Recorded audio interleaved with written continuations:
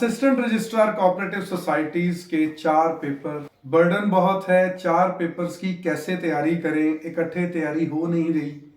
कौन सा पेपर पहले तैयार करना है और किस तरह तैयार होगा कि हम स्क्रीनिंग टेस्ट यानी जनरल एबिलिटी में पास भी हो जाएं।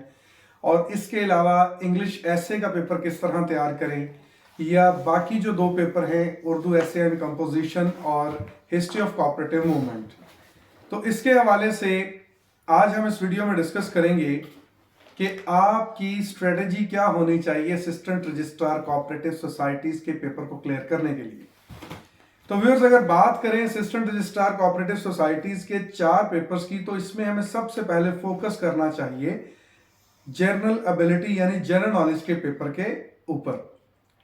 अगर आप इस वीडियो से बाकायदा फ़ायदा लेना चाहते हैं और ये चाहते हैं कि जनाब आप प्रॉपरली इस लेक्चर सीरीज से, इस वीडियो से फ़ायदा लें और आपको राइट डायरेक्शन में स्मार्ट स्टडी की समझ आ जाए कि how to crack PPSC exams in overall, particularly in assistant registrar cooperative society, तो आप एक पेंसिल ले लें, बॉल पॉइंट, और साथ एक रजिस्टर या कॉपी अपने पास रख लें, ताकि आप जो बातें मैं आपको बताऊं उनको सीक्वेंशियल यानी सीक्वेंस वाइज, तरतीबवार अपने पास लिखते जाएं और उसको इस तरतीब से क्रैक करें कि आपको सारे लेक्चर की समझ आ जाए।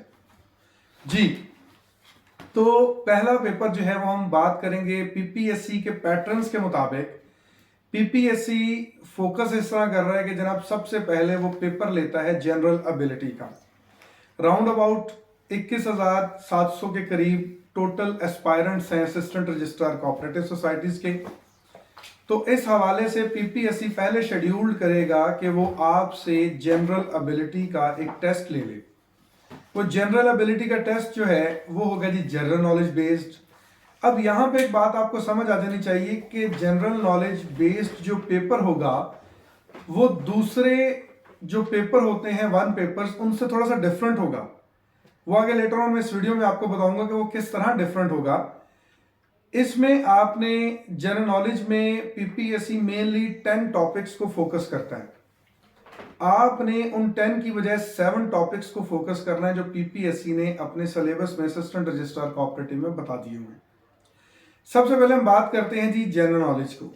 जनरल नॉलेज की बात करते हैं। जनरल नॉलेज के अंदर कोई लिमिट नहीं है, कुछ भी पूछा जा सकता है। क्या है, कहां से है, कैसे है, कुछ भी आपसे पूछा जा सकता है। अब प्रॉब्लम यह है कि दुनिया में इतनी ज्यादा इंफॉर्मेशन, अब आपने आखिर कौन सी चीज कैसे क्रैक करनी है वो आपको, मतलब जो पीपीएससी में आपको क्लियर कर दे। मतलब जनरल नॉलेज में वो आपसे पूछ सकता है कि when, where, why, what, who, whom, ठीक है, इंपॉर्टेंट पर्सनालिटीज कौन सी हैं, बाकी चीजें वगैरह सारी की सारी। जनरल नॉलेज में अगर हम बात करें तो सबसे इंपॉर्टेंट एक चीज जो हम फोकस कर लेते हैं, वो तो जो मैं रिकमेंड करता हूँ और मार्केट में अवेलेबल भी इजीली, वो है जी एडवांस्ड मॉडल पेपर्स। जो पीपीएससी के पास पेपर्स हैं, मॉडल पेपर्स हैं, उन मॉडल पेपर्स के अलावा अगर आप साथ एडिशनल मटेरियल की बात करें तो उसके अंदर कारवान का जनरल नॉलेज है। आपको स्क्रीन पर उसकी तस्वीर भी शो हो रही है। कारवान का जनरल नॉलेज है। जनरल नॉलेज कारवान के 2 तरह के आते हैं, एक है जी कंप्रिहेंसिव और एक है एडवांस्ड, ठीक है, एडवांस्ड एमसीक्यूज मतलब। और थर्ड वन पे मैं रिकमेंड करता हूं एस्पायरेंट्स को कि वो इल्मी के जनरल नॉलेज से भी फायदा ले सकते हैं। ये तीनों किताबें बताने का मकसद ये नहीं कि आप अभी उठें और मार्केट में जाएं और मार्केट में जाके अपने पैसे भी खर्च करें और तीनों किताबें आप लेके आ जाएंगे जी हमने इससे तैयारी करनी। तैयारी करनी कैसे है, इन किताबों को पढ़ना कैसे है, कौन सी किताब खरीदनी है, कौन सी नहीं खरीदनी, ये मैं आपको बताऊं। मरहला ये है कि अब जनरल नॉलेज की प्रिपरेशन के लिए कौन सी बुक तैयार की जाए। मेरी जनरल नॉलेज की प्रिपरेशन या पीपीएससी की प्रिपरेशन की जो हिस्ट्री है उसमें, या जितने मैंने पीपीएससी पास किए हैं उसमें असिस्टेंट रजिस्ट्रार कोऑपरेटिव सोसाइटीज में मेनली जनरल नॉलेज जो कारवान वालों की बुक है, इसमें कंप्रिहेंसिव बुक मेनली है, उससे मैंने प्रिपरेशन की है। अब आपने करनी कैसे है प्रिपरेशन, आपने अपनी लाइफ में से अपने आप को टाइम देना है। उस टाइम के लिए आपने डिसाइड करना है, आप जॉब करते हैं, आप जॉब नहीं करते, या जो भी आपने अपना एक टाइम डिसाइड किया हुआ है, उसमें से आपने ये टाइम देना कि जी आप डेली 2 आवर्स, 3 आवर्स, 4 आवर्स यानी 2, 3, 4 घंटे कितना टाइम आप दे सकते हैं। उस टाइम में आपने डिसाइड कर लेना है, उसका कम से कम 1/4 टाइम आपने जनरल नॉलेज को लाजमी देना है। मैंने आपको रिकमेंड की कि जी आप कारवान कॉम्प्रिहेंसिव से प्रिपरेशन कर सकते हैं और बड़ी अच्छी बुक है।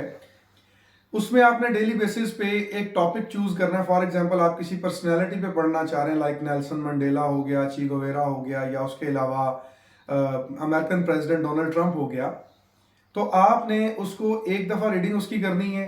डेफिनेटली इंग्लिश में है, अगर आपको किसी भी वर्ड की समझ नहीं लगी उसको आपने अंडरलाइन कर लेना है।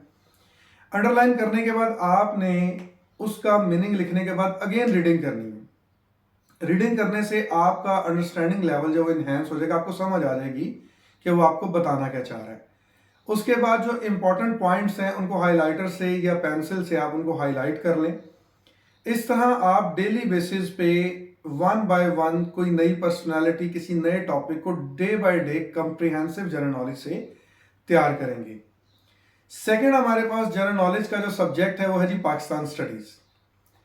पीपीएससी का जो रिकमेंडेड सिलेबस है जनरल एबिलिटी टेस्ट के हवाले से, अगर हम उसको देखें तो उसके मुताबिक एक जनरल रीडर या जनरल एस्पायरेंट ये समझता है कि पाकिस्तान स्टडीज से मुराद ये कि जैसे हमने ग्रेजुएशन में, मास्टर्स में, या सॉरी ग्रेजुएशन से पहले इंटरमीडिएट में हमने जो पाकिस्तान स्टडीज पढ़ी है ये बिल्कुल वैसी होगी।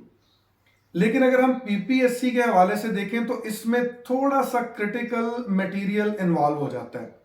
इसमें आपने प्री पार्टीशन को पढ़ना है, पोस्ट पार्टीशन को पढ़ना है। प्री पार्टीशन में भी स्टूडेंट्स कहते हैं जी हम 1857 से सर स्टार्ट कर देते हैं। नो, आपने प्री पार्टीशन को स्टार्ट करना है 712 ईस्वी से, जब मोहम्मद बिन कासिम इधर सिंध पर उसने हमला किया। उस वक्त से लेके 1857 तक और 1857 के बाद 1947 एंड टू डेट, इसको आपने कहां से तैयार करना है? ऑलरेडी मैं आपको जो बुक बता चुका हूं कारवान कॉम्प्रिहेंसिव जनरल नॉलेज की, आप उसमें से पाकिस्तान स्टडीज के इन टॉपिक्स को तैयार कर सकते हैं। जो सिलेबस पीपीएससी का रिकमेंडेड है उसके मुताबिक ये बुक तैयार की गई है। थर्ड बुलेट हमारे पास आता है जी इस्लामिक स्टडीज। अगेन, अब इस्लामिक स्टडीज के बारे में स्टूडेंट्स ये कंसीडर करते हैं कि जी आप सल्लल्लाहु अलैहि वसल्लम की लाइफ से लेके और आपकी रहलत तक का जो टाइम पीरियड है वो इस्लामियात है। पीपीएससी में इस्लामियात मीन इस्लामियात कम इस्लामिक स्टडीज।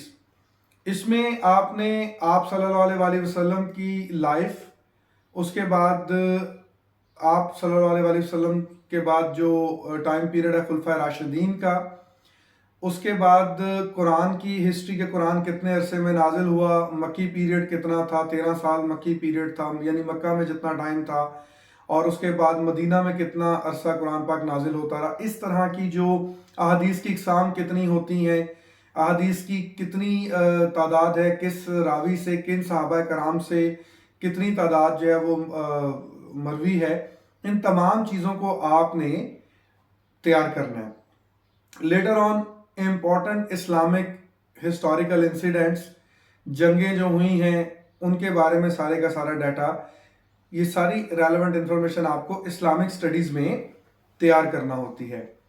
इसके एतबार से भी उसी किताब से जनरल नॉलेज कारवान से हम इसको तैयार कर लेंगे। यहाँ पे एक इम्पॉर्टेंट बात उन कैंडिडेट्स को बताता चलूँ जो नॉन मुस्लिम हैं, उनके लिए पीपीएससी ने इस्लामियत की बजाय एथिक्स का पेपर जो है वो ऐड किया। यानी कि जो पेपर मुस्लिम कैंडिडेट्स देंगे इस्लामिक स्टडीज़ का, तो वहाँ वो हॉल में अनाउंस भी कर देते हैं कि जी अगर आप में से कोई ऐसा कैंडिडेट जो एथिक्स का पेपर ऑप्ट करना चाहता हो तो वो ले सकता है। तो उनके लिए ऑप्शन अवेलेबल है। सब्जेक्ट है वो है जी करंट अफेयर्स का। करंट अफेयर्स आजकल के जितने भी पेपर्स हो रहे हैं, वो ADFIA हो जाए या ASF के पेपर्स हों, पीपीएससी के पेपर्स हों, FPSC के पेपर्स हों, सब में बहुत इंपॉर्टेंट है और लोग इसको तैयार करते हैं, लेकिन इसका कोई शॉर्टकट वे नज़र नहीं आता। इसके 2-3 शॉर्टकट वेज मैं आपको बता देता हूं कि आपने करंट अफेयर्स को तैयार कैसे करना है। पहले इसका मैं आपको प्रॉपर वे बता देता हूं, फिर इसका शॉर्टकट वे भी बता देता हूं। इसका प्रॉपर वे तो ये है कि आप डेली बेसिस पे न्यूज़पेपर 15-20 मिनट 25 मिनट ज़रूर पढ़ें। बेहतर है कि आप अंग्रेज़ी में पढ़ें। उसका फ़ायदा ये होगा कि जब आप अंग्रेज़ी में न्यूज़पेपर को पढ़ेंगे उसके बहुत ज़्यादा फ़ायदे हैं। पहला फ़ायदा ये कि आपकी जनरल रीडिंग जो है वो इन्हेंस होगी।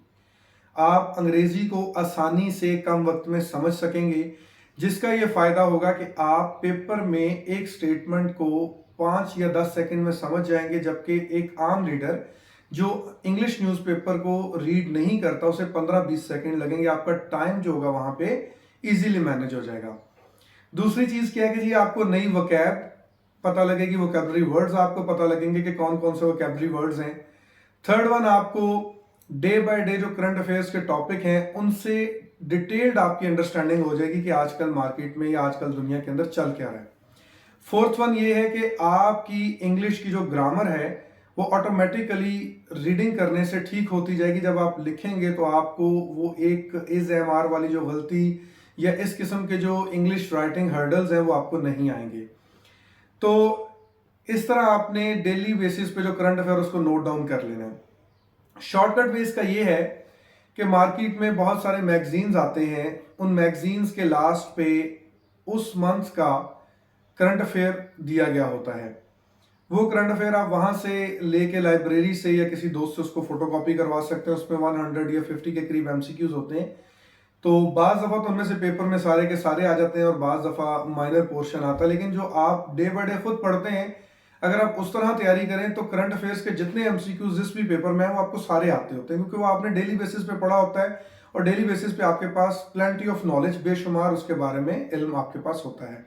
नेक्स्ट हमारे पास है मोस्ट इंपॉर्टेंट अगेन, ज्योग्राफी। अब पीपीएससी ज्योग्राफिकल पोर्शन के अंदर आपसे दो तरह के टॉपिक्स या दो तरह की डोमेन्स में बात करती है। यानी कि वो पाकिस्तान ज्योग्राफिकल कंटेंट के बारे में आपसे इंपॉर्टेंट एमसीक्यूज, जनरल नॉलेज वगैरह पूछ लेती है, या फिर वो वर्ल्ड ज्योग्राफी के बारे में आपसे पूछ लेती है। ज्योग्राफी मींस के आपकी कंट्री से रेलेवेंट क्या रिसोर्सेज हैं, मिनरल्स रिसोर्सेज कौन से हैं, दरियाओं के क्या नाम है, कहाँ से दरिया निकल रहे हैं, उसके अलावा आपके पहाड़ कौन से हैं, कौन कौन से पहाड़ी सिलसिले। जिस तरह पाकिस्तान की ज्योग्राफी की बात करें तो यहाँ पर हिमालय का सिलसिला, पराक्रम का सिलसिला, कोहे हिंदुकुश वगैरह बाकी सिलसिले भी जो मिलते हैं वो कौन सी कंट्री के साथ मिलते हैं। अभी रिसेंटली पीएमएस मिनिस्टीरियल के अंदर एक क्वेश्चन आया हुआ था कि जो कोहे हिंदुकुश है वो पाकिस्तान की किस साइड से पाकिस्तान को टच करते हैं, नॉर्दर्न साइड से। तो जब आप ज्योग्राफिकली चीज़ों को पढ़ेंगे, समझेंगे, तो ऑटोमेटिकली आपको उन चीज़ों की अंडरस्टैंडिंग एनहेंस होती जाएगी और आपका पेपर में एमसीक्यूज गलत नहीं होगा। वर्ल्ड ज्योग्राफी की बात करें तो आपको वर्ल्ड का लॉन्गेस्ट जो दरिया है नाइल वो कहाँ से है, किस मुल्क से है, कहाँ से निकलता है, उसकी लेंथ कितनी है, वर्ल्ड के अंदर कौन कौन सी जो पहाड़ी सिलसिले हैं वो कौन कौन से हैं, दुनिया की बुलंद तरीन चोटी, और ये इस किस्म के सारे इंपॉर्टेंट एमसीक्यूज ज्योग्राफी से रिलेटेड है। लाइक स्टेट क्या होती है, पेनिनसुला क्या है, बे क्या है, ठीक है। इन चीज़ों को समझने के लिए बेहतर तो ये है कि आप इंटरनेट की हेल्प से बाकायदा उन मैप्स के साथ चीज़ों को समझें, जिससे आपकी कॉन्सेप्चुअल अंडरस्टैंडिंग एनहेंस हो जाए। ठीक है, हमारे पास टॉपिक है जी कंप्यूटर स्किल्स का। अब कंप्यूटर स्किल्स से मुराद ये बाकायदा असिस्टेंट रजिस्ट्रार कोऑपरेटिव सोसाइटी की एड में भी लिखा था जी कंप्यूटर लिटरेट होना चाहिए।